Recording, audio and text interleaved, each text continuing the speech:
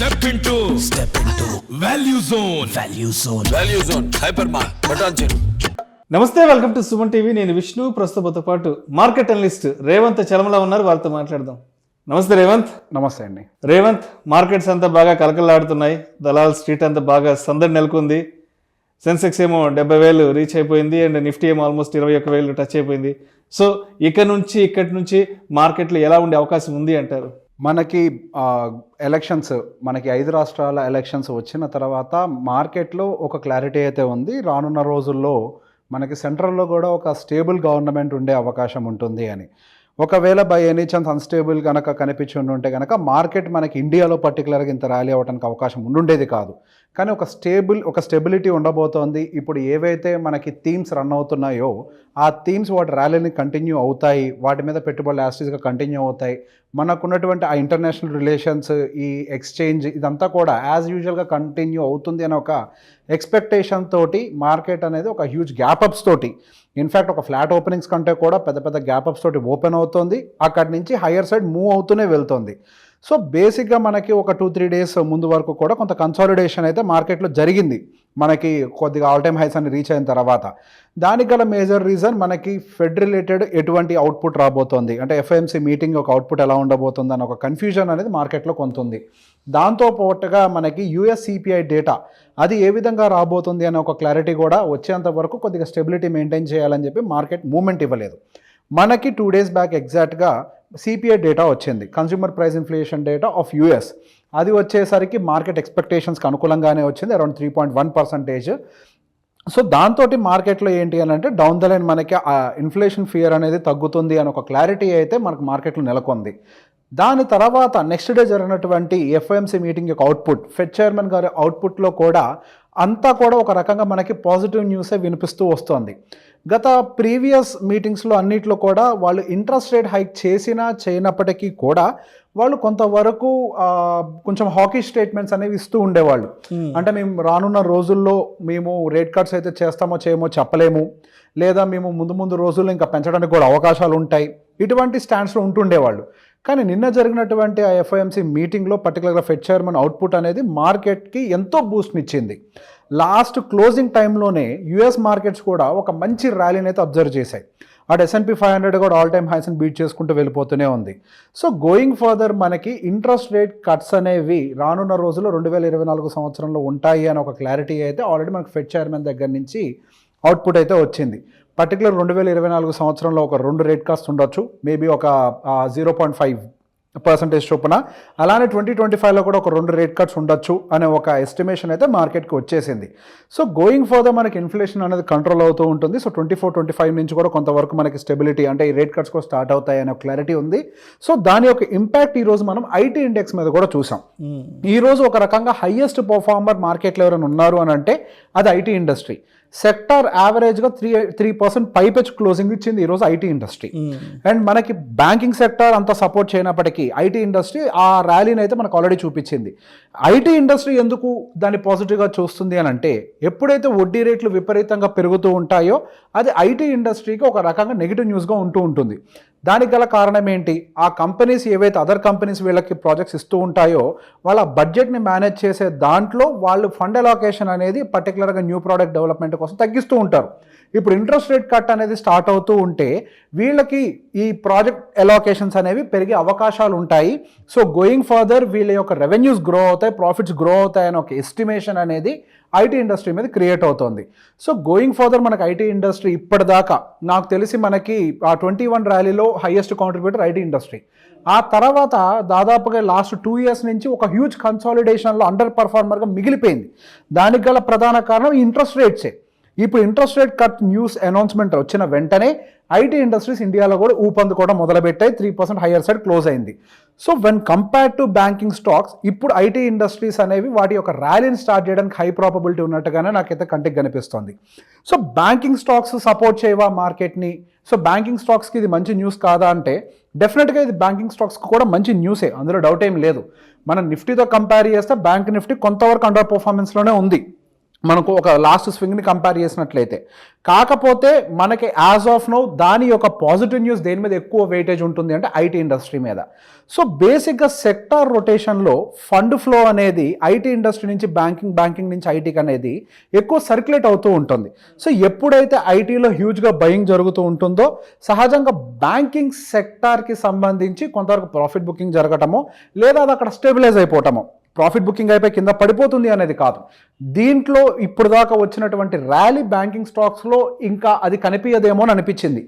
ఈ రోజు గురువారం నాడు మార్కెట్ క్లోజింగ్ని గమనిస్తే ఈ రోజు సెకండ్ లోయెస్ట్ ఇండెక్స్ ఏదైనా పర్ఫామ్ చేసింది అంటే అది పిఎస్యు బ్యాంక్ ఇండెక్సే. హార్డ్లీ 0.5% మాత్రమే కనిపించింది.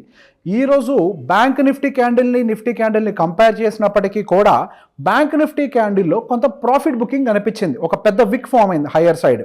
అది బేరిష్ ఇండికేషన్ నేను డైరెక్ట్గా చెప్పట్లేదు, కానీ ప్రాఫిట్ బుకింగ్కి కొంత ఇంట్రెస్ట్ చూపిస్తున్నారేమో అనే ఒక సిగ్నల్ అయితే కనిపిస్తోంది. బట్ నిఫ్టీ విషయంలో అది కనిపించలే because of the IT sector. Nifty consists of all indexes, అంటే ఐటీ ఉంటుంది, ఫార్మా ఉంటుంది, అన్నీ ఉంటాయి అందులో. సో ఓవరాల్గా ఐటీ సెక్టార్ అనేది నిఫ్టీని సపోర్ట్ చేస్తూ మనకి ఇంకొద్దిగా ర్యాలీ హయ్యర్ సైడ్ తీసుకెళ్ళడానికి అయితే అవకాశం ఐటీకి ఉంది. బట్ బ్యాంకింగ్ సెక్టార్కి సంబంధించి మాత్రం ఒక 48,000 క్రాస్ అయిన దగ్గర నుంచి 48,000 నుంచి 48,500 రేంజ్లో కొంత ప్రాఫిట్ బుకింగ్స్ ట్రిగ్గర్ అవడానికి అవకాశం ఉన్నట్టుగా ఇప్పుడు జరుగుతున్న ఫార్మేషన్స్. ఈ రోజు జరిగిన ర్యాలీలో పిఎస్యు బ్యాంక్స్ పెద్దగా పార్టిసిపేట్ చేయకపోవటము. సో ఈ ఇండికేషన్స్ అయితే క్లియర్గా కనిపిస్తున్నాయి. సో బుల్ రన్ అయిపోయిందా అని అంటే నో వే, బుల్ రన్ అనేది ఇంకా కంప్లీట్గా అయిపోలేదు. కాకపోతే ఈ సెక్టర్ రొటేషన్ ఏమన్నా స్టార్ట్ అవుతుందా అనే ఒక చిన్న డౌట్ మన మైండ్లో పెట్టుకొని సో బాగా ప్రాఫిట్స్లో ఉండే వాళ్ళు ఏమన్నా లాంగ్ టర్మ్ కాదు స్వింగ్ ట్రేడింగ్లో ఉండే వాళ్ళు ఏదైనా బుక్ చేసుకోవాలనుకున్న వాళ్ళు బుక్ చేసుకోవచ్చు. సో బేసిక్గా దీనికి ఒక సేయింగ్ ఉంటుందండి, అంటే ప్రాఫిట్ బుకింగ్ ఈ లాంగ్ టర్మ్ ఇన్వెస్ట్మెంట్స్ వాళ్ళకి బాగా వర్తిస్తుంది అనమాట ఇది. So bears will always win the battle but bulls will always win the war. End of the day bears అనేవి మనకి కొంచెంగా డిప్పు తీసుకొచ్చి ఆపర్చునిటీని క్రియేట్ చేస్తూ ఉంటాయి తప్పించి మార్కెట్ అనేది కంప్లీట్గా కింద పడేయలేరు వాళ్ళు. ఒక టైంకి మళ్ళీ బుల్స్ రంగంలోకి దిగాల్సిందే. మార్కెట్స్ని ఆల్ టైమ్ హైని క్రాస్ చేసుకుంటూ వాటిని నమ్ముకున్నటువంటి మార్కెట్ని నమ్ముకున్నటువంటి ఇన్వెస్టర్స్కి ఒక ఫ్రూట్ఫుల్ రిటర్న్స్ని ఇస్తూ ఉండాల్సిందే. నాకు తెలిసి లాస్ట్ 2 సంవత్సరాల్లో ఇన్వెస్టర్స్ మొఖంలో ఇప్పుడే కొంచెం నవ్వు కనిపిస్తుంటుంది. దాదాపుగా 2 సంవత్సరాల నుంచి నిఫ్టీ కానీ బ్యాంక్ నిఫ్టీ కానీ రిటర్న్స్ ఇవ్వాలి. 21 అక్టోబర్ తర్వాత ఇంకా మార్కెట్ లేదు. ఎస్, అసలు మార్కెట్లో ఎటువంటి రిటర్న్స్ కూడా కనిపించట్లేదు మనకి. ఇప్పుడు మాత్రమే మనకు కొద్దిగా బ్రేక్అవుట్స్ జరిగి ఆ ర్యాలీ అనేది కంటిన్యూ అవ్వటం, అందులో ఒక సిరీస్ ఆఫ్ గుడ్ న్యూస్ కంటిన్యూస్గా రావటం, అంటే లోకల్ గవర్నమెంట్ స్టెబిలిటీ అని ఒక గుడ్ న్యూస్ అయి ఉండొచ్చు. మనకి లైక్ గ్లోబల్ ఎకానమీ వైజ్గా కూడా ఇంట్రెస్ట్ రేట్ కట్స్ అనేవి కూడా స్టార్ట్ అవుతాయని ఒక పాజిటివ్ ఇండికేషన్స్ రావటము. సో ఇవన్నీ కూడా మార్కెట్లో ఒక సిరీస్ ఆఫ్ గుడ్ న్యూస్ రావడంతో మనకి కంటిన్యూస్గా మార్కెట్స్ అనేవి హయ్యర్ సైడ్ వెళ్తూనే ఉన్నాయి. అండ్ యుఎస్ మార్కెట్స్ వైపు నుంచి కూడా మనం గమనించినట్లయితే పెద్దగా హవెవర్ అక్కడ వాళ్ళకి ఆ ఏఐ రిలేటెడ్ స్టాక్స్ అనేవి మార్కెట్ని గుంజుకుంటూ వెళ్తూనే ఉన్నాయి. సో మనకి ఇంతవరకు ఆ ఏ రిలేటెడ్ ర్యాలీ ఇంతవరకు ఇండియాలోకి ఎంటర్ కాలేదు. ఇప్పుడు మనకి Fed interest rate cut rally start అవుతుంది over the period of time. ఆ తర్వాత ఏ రిలేటెడ్ ర్యాలీ కూడా ఐటీ సెక్టార్ని యాడ్ చేసుకుంటూ ఐటీని మూవ్ చేస్తుంది ఏమో అని ఒక మంచి హోప్ ఎప్పటి నుంచో ఉంది నాకు. చాలా వీడియోస్లో కూడా చెప్పుంటాను ఈ పర్టికులర్ టైంలో ఏ ఇండస్ట్రీ మనం పిక్ చేసుకోవాలి అని అంటే ఐటీ ఇండస్ట్రీని పిక్ చేసుకోవడం అనేది ఒక మంచి బెట్ అవుతుంది మనకి. ఎందుకు అనంటే ఐటీ అనేది over the period of time పెరిగిపోతూనే ఉండేది, కానీ ఆ సెక్టర్ అనేది ఎప్పుడు కిందకు వచ్చేది కాదు. మేబీ ఒక పీరియడ్ ఆఫ్ టైం వరకు ఇట్లాంటి ఏదైనా అన్సర్టనిటీస్ ఉన్నప్పుడు కొంత కన్సాలిడేట్ అవుతూ ఉంటుంది. అది ఏ సెక్టర్కైనా సహజం. మరి ప్రీవియస్గా ఆటో సెక్టర్ 2021 ర్యాలీలో పార్టిసిపేట్ చేయలేదు, బట్ ఈ ర్యాలీలో ఫస్ట్ మొదలైంది ఆటో సెక్టారే. బుల్ రన్ లో ఫస్ట్ పార్టిసిపేషన్ మొదలు పెట్టింది ఆటో సెక్టార్. సో ఏ సెక్టర్ అయినా పర్ఫామ్ చేస్తుంది, బట్ ఐటీ సెక్టార్ అనేది ఒక మిడ్ అండ్ స్మాల్ క్యాప్స్ కి ఈక్వలెంట్ గా రిటర్న్ ఇచ్చే కెపాసిటీ ఉన్నటువంటి ఇండస్ట్రీ. కాబట్టి మనం ఈ ఐటీ రిలేటెడ్ ఈటీఎఫ్స్ అయి ఉండొచ్చు, ఐటీ రిలేటెడ్ మ్యూచువల్ ఫండ్స్ అయి ఉండొచ్చు, ఈ థిమాటిక్ ఇన్వెస్ట్మెంట్స్లోకి వెళ్ళే వాళ్ళకు కూడా ఈ ఐటీ అనేది ఇప్పుడు బుల్ రన్లోకి పార్టిసిపేషన్ మొదలు పెడుతుందని ఒక హోప్ అనేది ఇప్పుడున్న మార్కెట్ సినారియోలో కనిపిస్తోంది. సో నిఫ్టీ ఒక 200-300 పాయింట్స్లో కొంత ప్రాఫిట్ బుకింగ్ జరగచ్చు అనిపిస్తుంది పర్సనల్గా నాకైతే. ఇంత పెద్ద బుల్ రన్ ఒకసారి వచ్చింది అని అంటే ఫాల్ కూడా సివియర్గా ఉంటుంది. సో ఒక చిన్న ప్రాఫిట్ బుకింగ్ వచ్చి కొద్దిగా స్టెబిలైజ్ అవ్వాలని నేను కోరుకుంటున్నా. ఎందుకనంటే దాని తర్వాత ఏదన్నా నీజర్క్ రియాక్షన్ వచ్చినా కానీ పెద్ద ఫాల్ వస్తుంది. అది జరగకుండా ఉండాలి అంటే ఒక బేస్ని ఫామ్ చేసుకోవాలని మంచిది అనుకుంటున్నాను. ఆ ప్రాఫిట్ బుకింగ్ సమ్వేర్ ఒక 300 పాయింట్స్ డిస్టెన్స్లో ఉండొచ్చు. 21,500 దగ్గర నుంచి ప్రాఫిట్ బుకింగ్ కొద్దిగా ట్రిగ్గర్ అవుతుందని అనుకుంటున్నా. బ్యాంక్ నిఫ్టీకి అయితే ఇంకొక సేమ్ అంతే, ఒక 300 to 500 పాయింట్స్ మధ్యలో ప్రాఫిట్ బుకింగ్ అనేది కొద్దిగా జరగచ్చేమో అని అనుకుంటున్నాను. ఆ తర్వాత ర్యాలీ రెజ్యూమ్ అవ్వచ్చండి. సో అయితే ఓవరాల్గా ఇప్పుడు మనం ఇయర్ ఎండింగ్లోకి వచ్చేసాం. ఇంకొక 15 డేస్ ఉన్నాయి. ఈ 15 డేస్లో నాకు తెలిసి మార్కెట్ ఒక 10 days జరగబోతుంది. సో అయితే ఓవరాల్గా ఈ 12 months ఆఫ్ మార్కెట్ మీకు ఎలా అనిపించింది? అంటే ఎక్కువ రెడ్ ఉందా మార్కెట్లో, ఎక్కువ గ్రీన్ ఉందంటారా, కొంత న్యూట్రల్గా రిటర్న్స్ ఇచ్చింది అంటారా? సార్ మనకి ఎగ్జాక్ట్గా ప్రీవియస్ జనవరి టైంలో మార్కెట్స్ మీద చాలా బుల్లిష్ ఎక్స్పెక్టేషన్స్ ఉన్నాయి. మార్కెట్స్ కూడా చాలా పాజిటివ్గా ఉన్నాయి. యాక్చువల్గా ఈ 21,000 అనే టార్గెట్ అనేది మనకి somewhere around June, July, May or జూన్కి అసలు హిట్ అయిపోతుంది అన్న బులిష్నెస్ కూడా క్రియేట్ అయింది. ఆ తర్వాత వచ్చినటువంటి ఆ పానిక్ సెల్లింగ్ మధ్యలో మార్కెట్లో అసలు 21,000 అనేది ఈ సంవత్సరంలో ఒక కళ, అది నెరవేరదు అనే ఒక సెంటిమెంట్ని కూడా మన మార్కెట్స్లో ఈ వార్ ఫియర్స్ ఇవన్నీ కూడా. అంటే ఇంకొకటి ఏమైందంటే 23 ప్రథమార్థంలోని స్టార్టింగ్లోని ఫిబ్రవరిలోని హిండెన్బర్గ్ అదాని ఇష్యూతో ఆల్మోస్ట్ ఫిబ్రవరి మొత్తం మార్కెట్ కొలాప్స్ అయిపోయింది. అవును. దాంతో పాటుగా మనకి గ్లోబల్ గా ఉన్నటువంటి economic uncertainty, economic cases, so ఇవన్నీ కూడా ఓవరాల్ గా మార్కెట్లో ఏంటంటే ఇప్పుడప్పుడే బులిష్నెస్ ఉండదు అని ఒక ఫియర్కి తీసుకెళ్ళింది. దాంతో పాటుగా ఎలక్షన్స్ కూడా వస్తున్నాయి. మేబీ స్టేబుల్ గవర్నమెంట్ ఫామ్ చేయదేమో, ఎందుకంటే 10 సంవత్సరాల పరిపాలన తర్వాత ఏమన్నా గవర్నమెంట్ చేంజ్ అవుతుందేమో అని ఒక అన్సర్టనిటీ కూడా ఉండొచ్చేమో అని ఒక భయం. ఇవన్నీ కూడా ఇక 21,000 అనేది కలే, ఇప్పుడు మనకి రిటర్న్స్ అనేవి పెద్దగా ఏమి ఉండవు అనుకుంటున్నటువంటి టైంలో ఈ నవంబర్ నుంచి దాదాపుగా నవంబర్ నుంచి ఒక అనూహ్యంగా మనకి మార్కెట్ యూటర్న్ తిప్పేసుకుంది. ఇప్పుడు అంటే మనం ఎగ్జాక్ట్గా గమనించినట్లయితే ఈ అదాని ఇష్యూ తర్వాత యుఎస్ లో బ్యాంకింగ్ సిస్టమ్ అంతా కొలాప్స్ అయిపోయింది. ఏప్రిల్ మేలో గుర్తుందా మీకు? ఆల్మోస్ట్ ఏప్రిల్లోనే బ్యాంకింగ్ కొలాప్స్ అప్పుడు ఆ ఇంపాక్ట్ మన ఇక్కడ బ్యాంక్ నిఫ్టీ మీద పడడం జరిగింది. సరే మే జూన్ నుంచి మార్కెట్స్ మళ్ళీ కొంత యావరేజ్ చేసుకుని కొంచెం డిస్కౌంట్ చేసుకుంటూ మళ్ళా బుల్ ర్యాలీ స్టార్ట్ అయింది. ఏది మే జూన్ నుంచి. సరే అక్కడి నుంచి గట్టిగా స్టార్ట్ అయింది. మళ్ళా అక్టోబర్కి వచ్చేటప్పటికే మొన్నటికి మొన్న వార్ ఇంపాక్ట్ ఆల్మోస్ట్ అక్టోబర్ మొత్తం ఇంపాక్ట్ అయిపోయింది.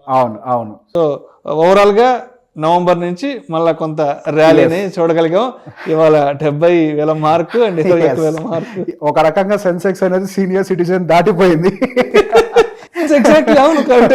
నిఫ్టీ అనేది ఇప్పుడు ఒక అడల్ట్ స్టేజ్ కి వచ్చింది. ఎగ్జాక్ట్లీ, మంచి టీనేజ్ అడల్ట్ స్టేజ్ కి వచ్చింది. టీనేజ్ నుంచి అడల్ట్ స్టేజ్ కి వచ్చింది 21 years దాటుకున్నట్టుగా.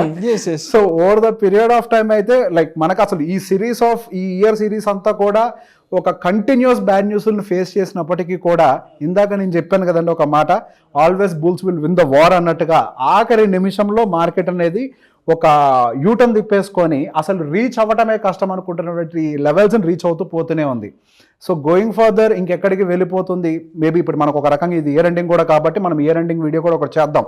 సో మనకి రివ్యూ ఒకటి చేద్దాం. 2024లో మనకి మార్కెట్ అనేది ఏ రేంజ్లో ట్రేడ్ అవ్వచ్చు, టార్గెట్ హయ్యర్ సైడ్ ఎంత ఉండొచ్చు, లోవర్ సైడ్ ఎంత ఉండొచ్చు అనే దాన్ని దృష్టిలో పెట్టుకొని సో మన ఇయర్ ఎండింగ్ వీడియో కూడా చేద్దాం. సో 2024 మొత్తానికి ఒక క్లారిటీ కూడా ఉంటుంది. సో అయితే ఓవరాల్గా 2023లో మార్కెట్కి కలిసి రాని విషయాలు అంటే ఫిబ్రవరిలో హిండెన్బర్గ్ అదాని ఒకటి, తర్వాత ఈ ఏప్రిల్లో యుఎస్ లో బ్యాంకింగ్ సిస్టమ్ కొలాప్స్ అవడం, తర్వాత మొన్న అక్టోబర్లో ఈ వారు.